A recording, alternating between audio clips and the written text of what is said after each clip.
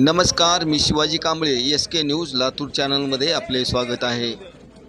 पंजाबचे माजी उपमुख्यमंत्री आणि शिरोमणी अकाली दलाचे अध्यक्ष सुखबीर सिंह बादल यांच्यावर आज सकाळी नांदेड येथील सचखंड गुरुद्वारा परिसरात एका अज्ञात इसमाने तलवारीने हल्ला केल्याची खळबळजनक घटना घडली आहे.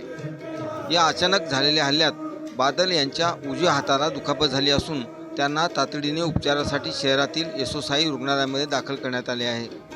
या घटनेमुळे गुरुद्वारा परिसर आणि संपूर्ण शहरामध्ये एकच खळबळ उडाली आहे.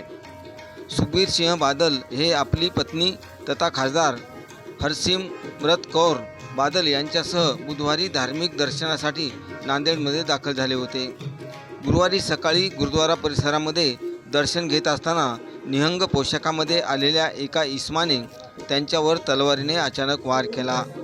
सुरक्षा रक्षक आणि उपस्थितांनी तत्परता दाखवल्याने मोठा अनर्थ टळला आहे. मात्र यामध्ये बादल यांच्या उजव्या हाताला दुखापत झाली आहे. या घटनेची माहिती मिळताच नांदेड पोलिसांनी घटनास्थळी धाव घेत परिस्थिती नियंत्रणात आणली.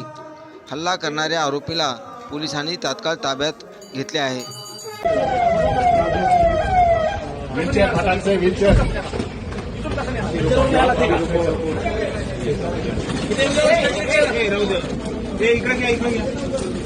बाकी स्टॉप